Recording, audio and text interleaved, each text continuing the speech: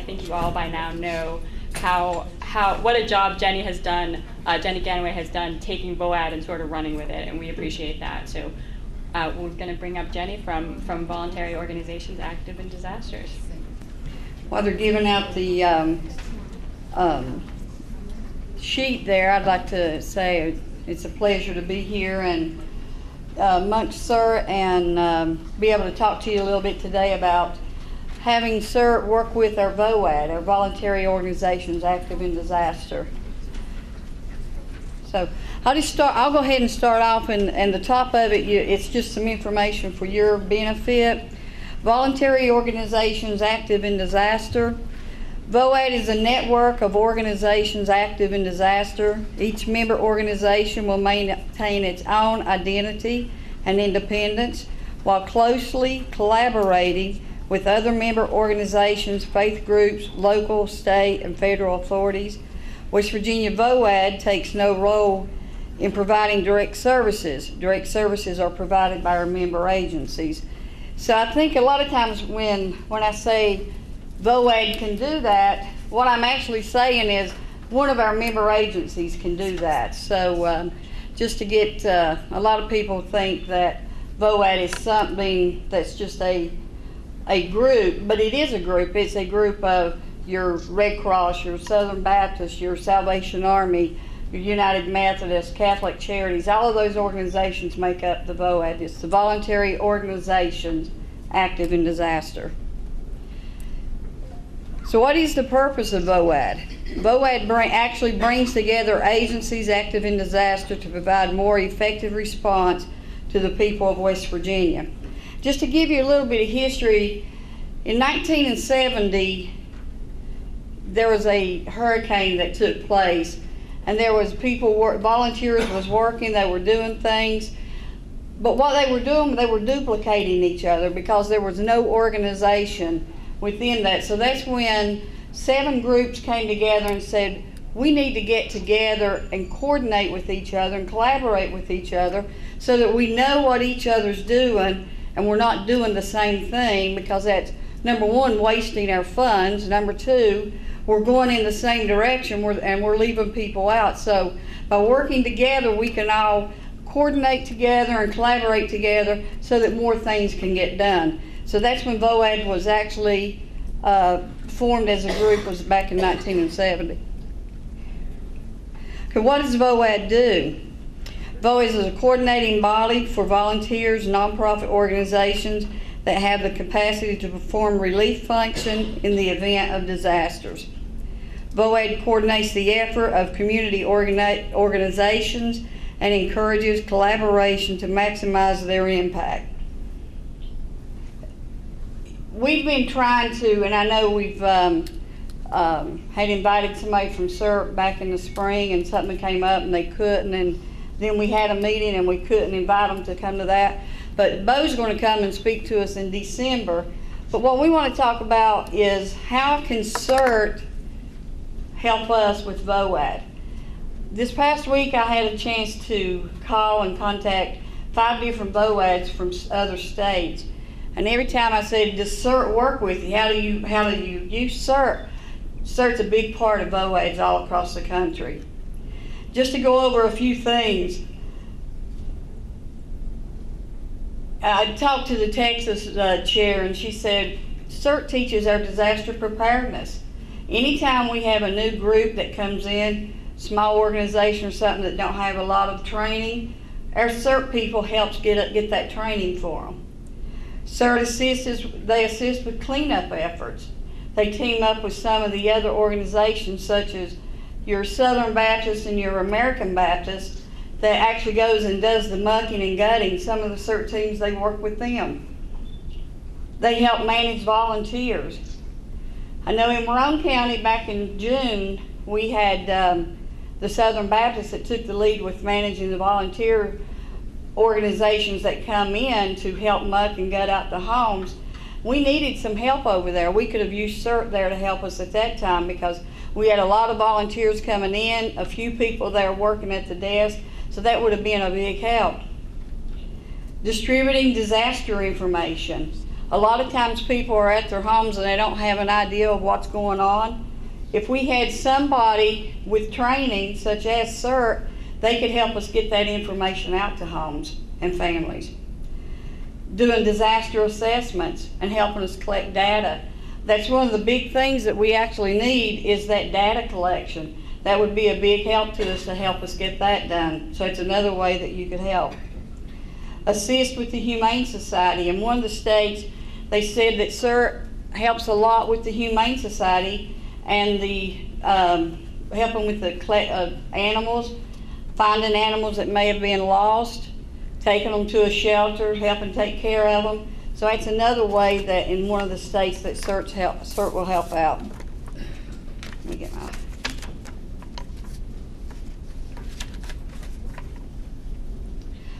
They help organize spontaneous volunteers. A lot of time you have volunteers that just want to show up because they want to help.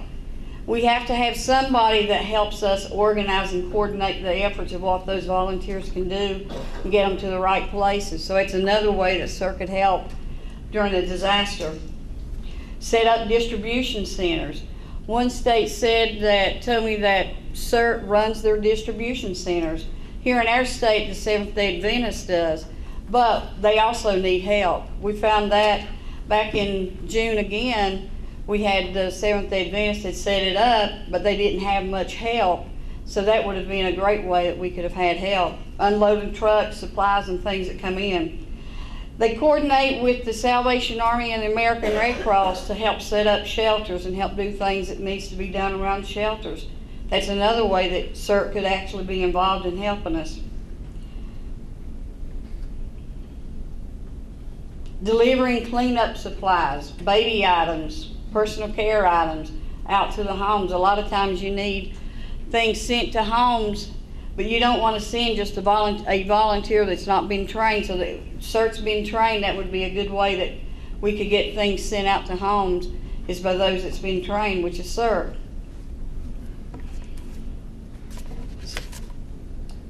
And then long-term recovery efforts. I know we move into long-term recovery after the actual response, but we can still use CERT to be involved in those efforts also.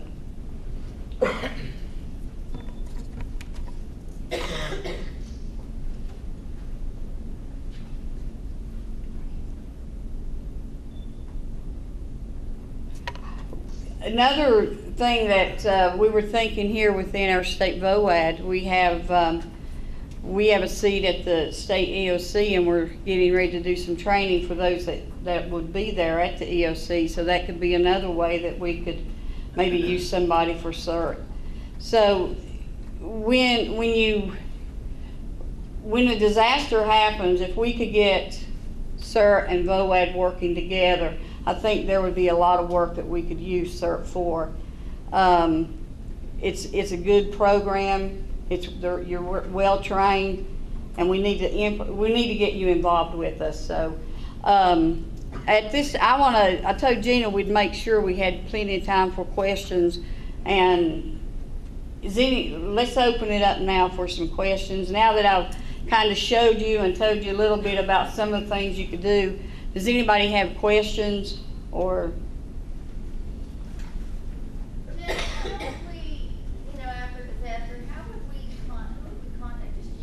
Okay.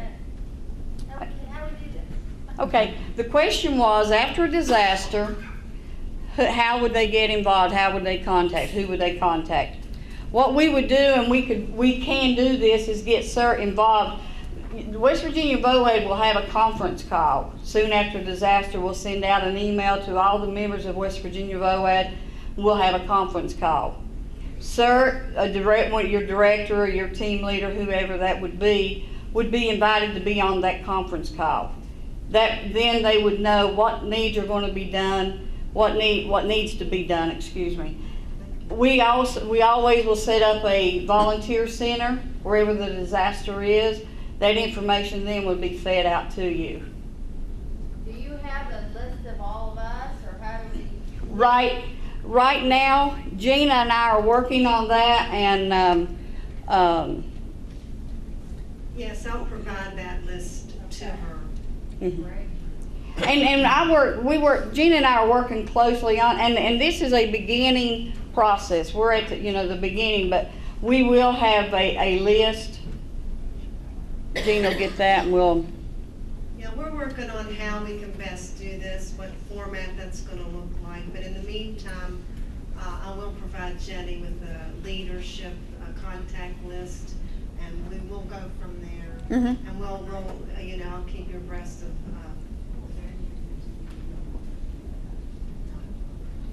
Yeah.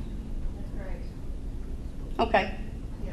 A little more specifically, that list that you're referring to, that's so different CERT teams can communicate with other CERT teams? So there's more open communication amongst all of us here. So if I want to talk to that fellow next month and work, that type of thing. Repeat the question, I didn't.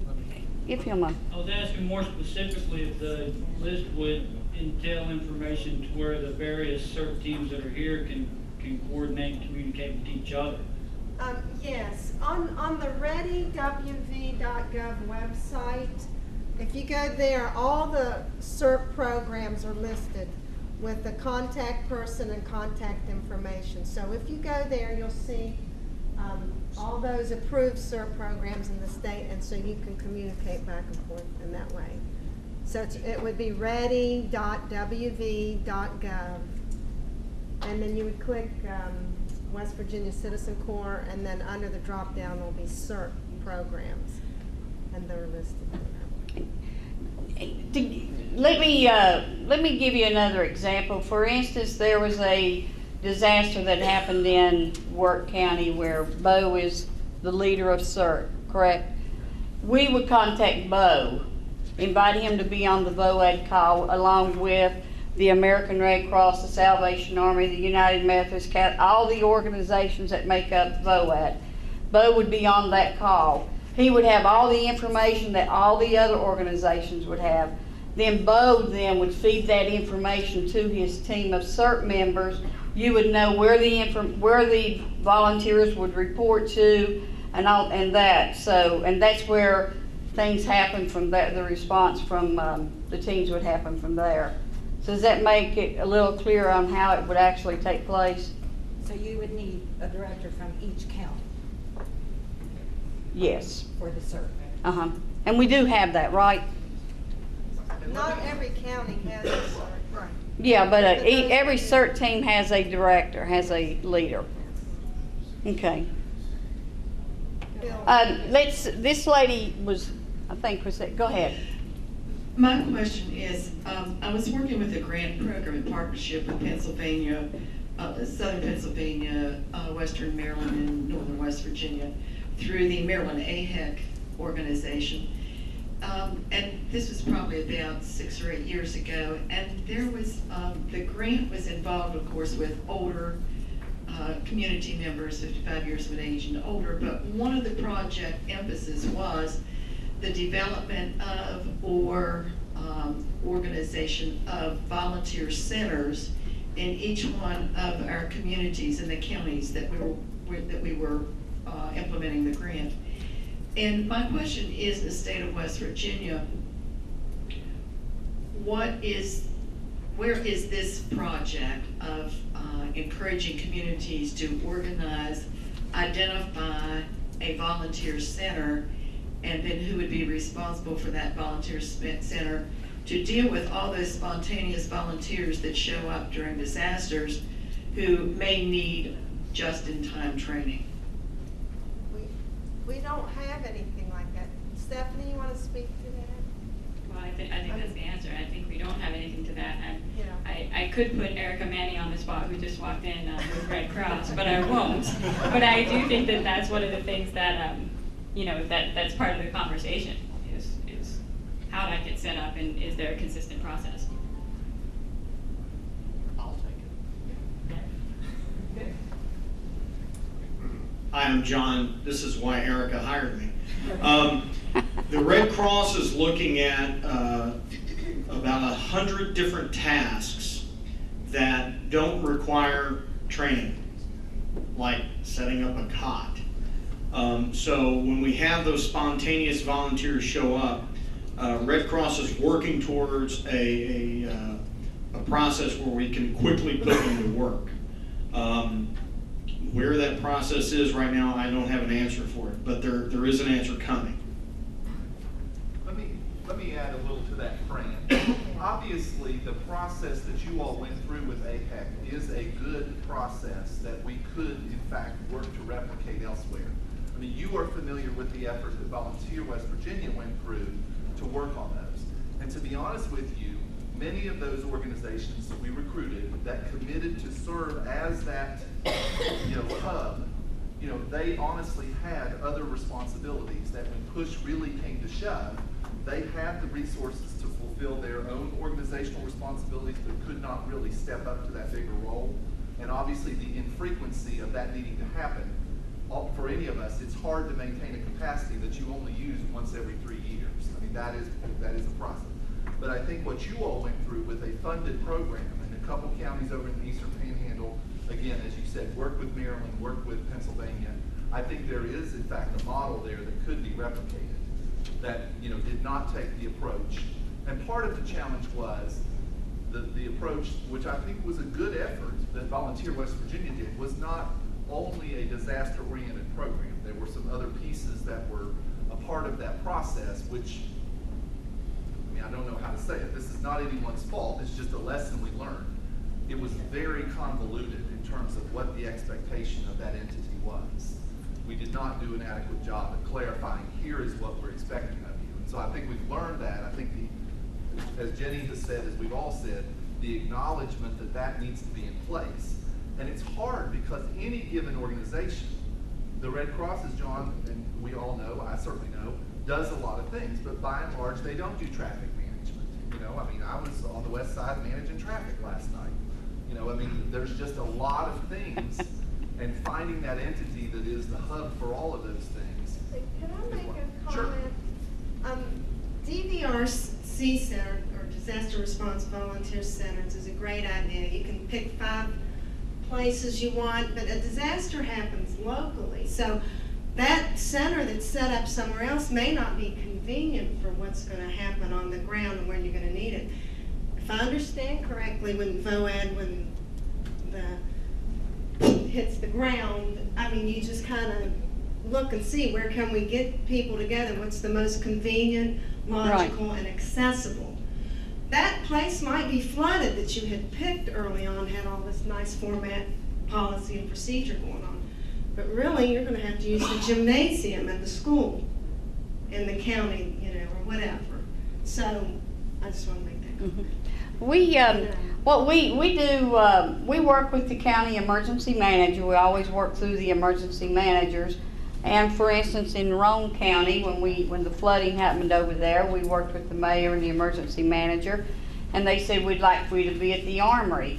So the Red Cross was set up there with their sheltering, and on one side of the building we set up with the volunteer check-in and the distribution center. So everybody was there working together, and it was really great to see all the different organizations working together. So when you have that volunteer center and spontaneous do show up, we've got a lot of different organizations that do different things that we could probably team these volunteers up with that could help.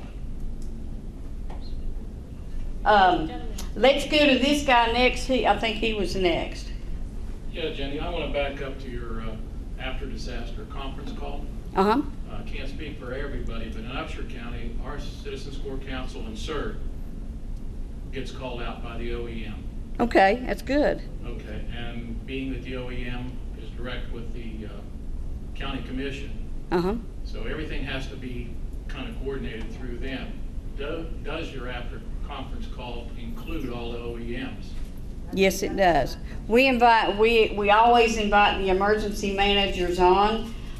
Teresa White, the emergency manager in Fayette County last year, went during the derecho. We would invite her on. She would update us with what's going on in Fayette County and what their needs in Fayette County was. That, by having that information, then we could better coordinate what we need to do and who we need to send to help with those things. So yeah, we always work with them. It also helps us in the realm of knowing how many volunteers we have in our county, how many people we're more accountable for, because we know our general population, but if we have a lot of people, an influx of volunteers coming in to help, that helps us to know also. Right.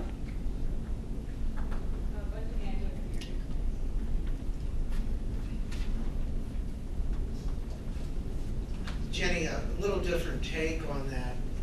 Several years ago, through a grant in Wood County area, the Volunteer Action Center, the ARC, and the Mid-Ohio Valley Health Department went together, and we actually sponsored some classes on how to operate and do volunteer, a report center. That was pretty well attended. Right now, because of funding changes and everybody knows, what we're seeing now is that is a project that CERT is looking at picking up. Again, the emphasis was setting it up and designing it to be a mobile center because, again, like you pointed out, you don't always know where you're going to need that center set up. So, that's a little different take on it, but that's another job that CERT could be very functional at. Yeah, it could. It could be a big help.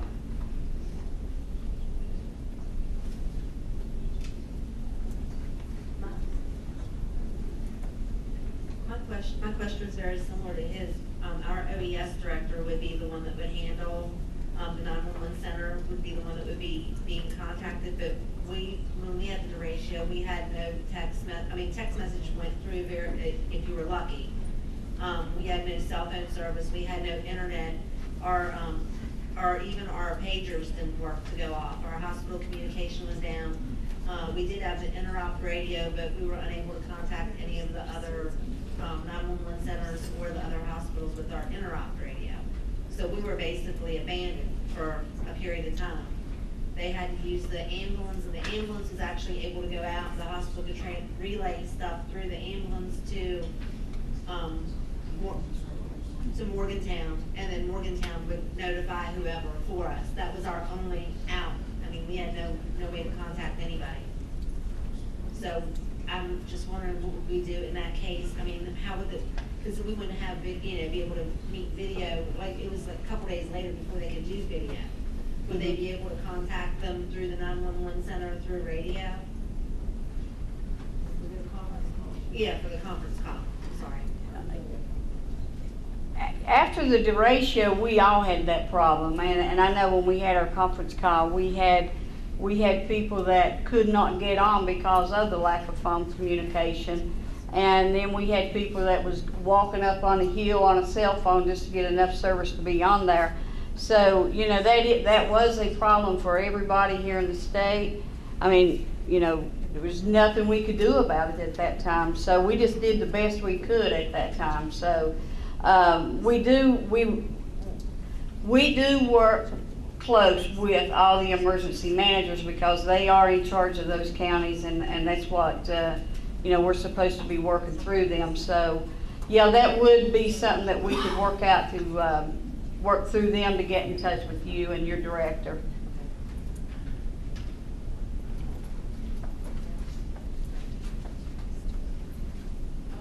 Since Pleasants County is pretty remote and we had the same problems, a lot of the older people in our community had no idea how to get generators for their oxygen machines and things like that. And we saw a big lack of communication in Pleasants County.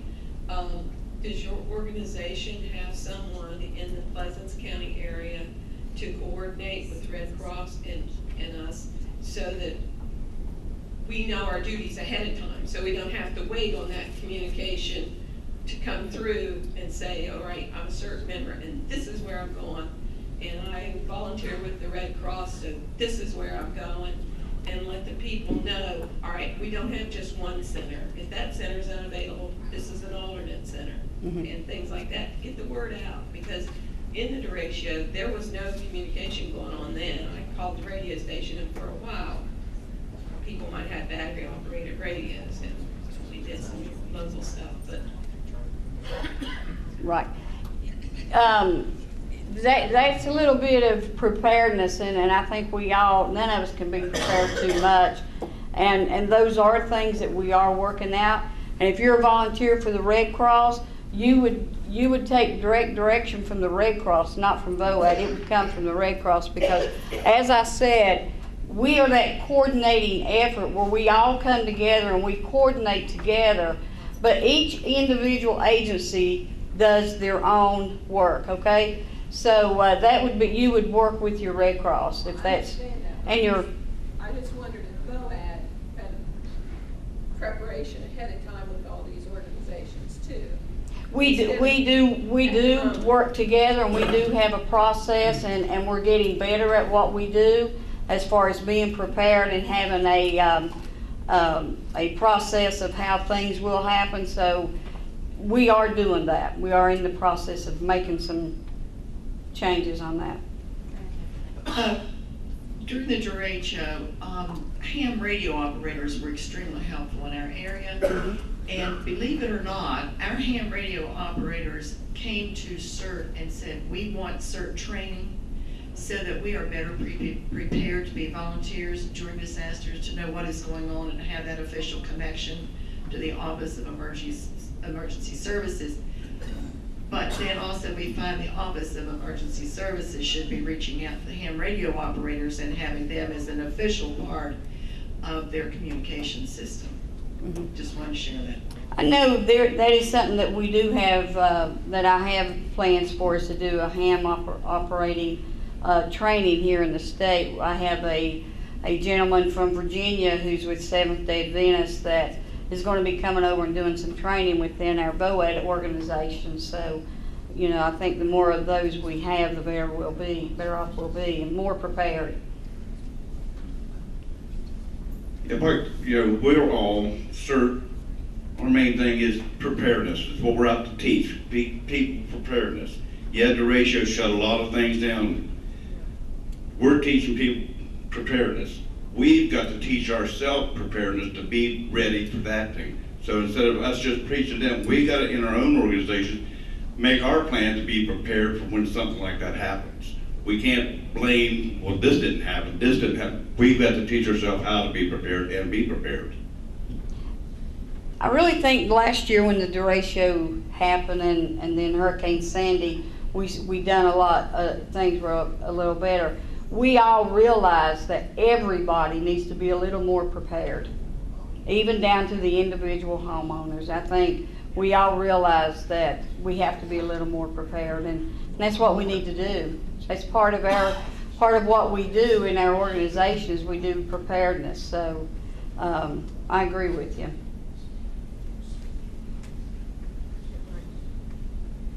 Go ahead. I just want to say a lot of our CERT people in Wood County, we are also part of Wood County Emergency Communications. We are also part of separate other teams with Tyler County. So most of us all train together with our communications people. We do reach out to the Red Cross in Parkersburg. We just do a lot of training. All of us know each other in the area, know who each other are. And we just kind of keep up with stuff like that. They were talking about ham radios being part of, CERT. Most of us are on the emergency communications team. So that may be something CERT could reach out to their local ham operator group and say, look, let's get together. We actually had a working MOU with our communications group. So that may be something that the CERT team can reach out to their ham radio operators and say, look, let's work together on this. We're all out for the same purpose. That way, if something happens, we all work together. We know each other. We know each other's capabilities. So I just, something that can work out. Right. It's good. Did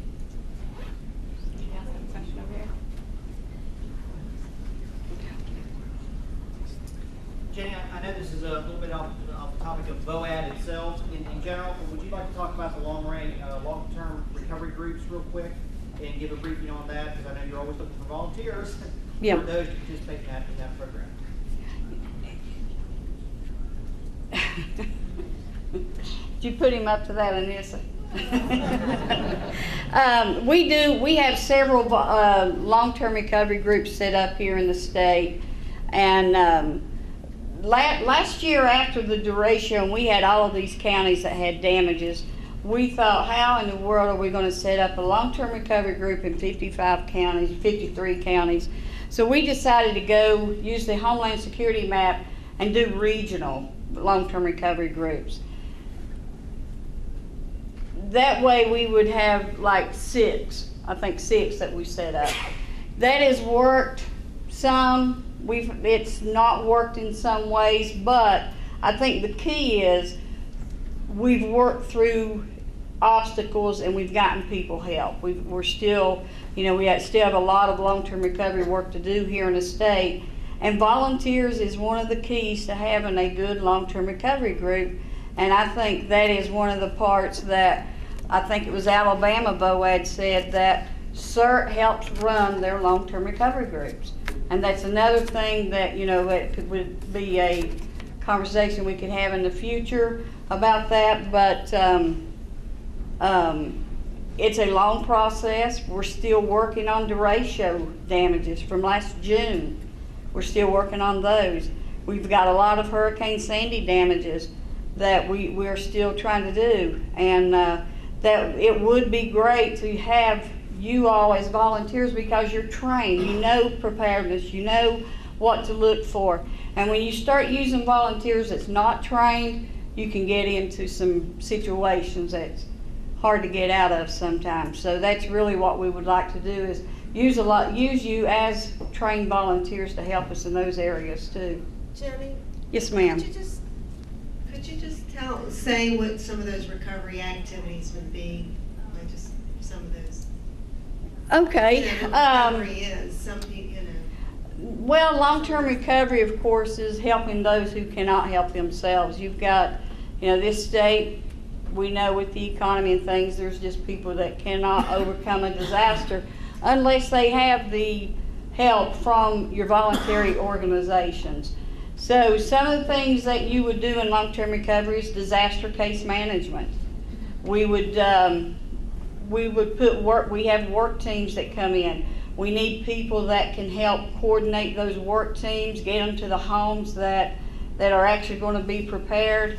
Somebody to help us do construction management, such as going to a home that needs to be repaired, seeing what has to be repaired on the home, writing up an estimate, and then giving that to the long-term recovery group to come up with the funding for those materials. So there's a lot of things that we need help with through long-term recovery, all the way down to housing volunteer groups that come in, feeding them, helping them get from site to site. Thank you. Yeah, is that good? Okay. Thanks, Penny. Unless anybody else has a specific comment for VOAD, we're going to wrap this up. And we've set aside a lot of time this afternoon to do some of the sharing of best practices and for some of the groups to talk about how you do things in your area. So we'll cover that. I wanted to do one more thing, and John Bernard is the new disaster director for the American Red Cross, and the American Red Cross is a big part of our VOAD. They're, right there when these disasters happen, they help us get things coordinated. And I wanted to give John just a couple minutes to come up and introduce himself and to let you know about what's going on with the American Red Cross here in our state. And I meant to ask you that beforehand, but I got sidetracked. That's okay. And I'll let him wrap up the VOAD part. Okay. I am a West Virginia newbie from Memphis, Tennessee area and southeast Missouri, where it's all pretty much as flat as this carpet, as far as you can see. So forgive me if I mispronounce holler or get confused when we start talking about different counties. I am pleased to be here. You have a beautiful state. Erica has taken pity on me time and again, pointing to things on the map. But I am a firm believer that the American Red Cross here in West Virginia can make a lot of impact in support of everyone. Derecho is not unknown other places. In Memphis, we called it Hurricane Elvis. straight line winds came barreling through a few years ago. We had the same situation. Where American Red Cross West Virginia region is going is with a new operational model. Keeps in contact. Oh, I'm sorry. Can I? How far can I move from this spot? Stay. Okay. It's in keeping with the FEMA design of all disasters are at the local level. It starts when the moment that you open your front door and your CERT vest is on, or in our case, our disaster services vest is on. So in that, the way we sum it up is empower the volunteer. The future of the Red Cross as we move forward, this new operational model, is that our volunteers, they'll have a bigger keychain because they're going to have the keys to the building, they're going to have the keys to the vehicles, the trailers. They're going to be the ones that have loaded the trailer. They're going to be the ones that don't need to make a phone call to find out where they go. Because when they step out the door with their vest on, they decide where they're going. And if they don't have communication, which we've got a plan for that, if they don't have that communication, it's going to be okay because they're going to know what to do. They're going to know where their nearest shelter location is and what they need to do to make it happen. As you move up the scale, the approach is a unified response. From a disaster services point of view, we are looking at the state as 4 different territories, quadrants if you will. And each one of those will have a disaster program manager, one of which Todd, new dad by the way, is over here joining us today. And he will be providing that administrative, operational, training support. He'll be that coach for the team for an army of volunteers to make that happen.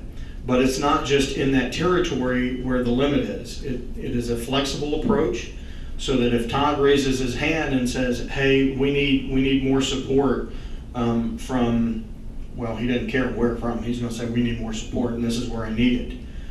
His counterpart is going to, if they can, is going to say, Roger, we're sending what you need. And then when you move above that, the state of West Virginia has reach back capability throughout our division and our surrounding Red Cross partners. We operate just like CERT does. We operate under the model of one Red Cross. So I can call for help from as far away as Kentucky or Missouri, and people will come. So if you have time, do we have time for a couple of questions? Who's in charge around here? Okay. Who's in charge? I can take a couple of questions if you like, or I can just go back and sit down.